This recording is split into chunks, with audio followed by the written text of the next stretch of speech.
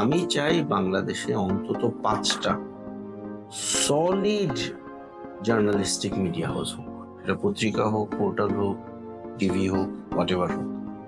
কারণ আপনার তো বাংলাদেশের যে সমস্যাটা, আপনি এখন ইন্ডিয়ারে নিয়ে কথা বলবেন, আপনি বাংলাদেশে এখন যে কোনো এই রাস্তায় যান, এখন গিয়ে 5টা মানুষকে জিজ্ঞেস করেন যে বাংলাদেশের কোন চ্যানেলটার খবর তোমার বিশ্বাসযোগ্য মনে হয়।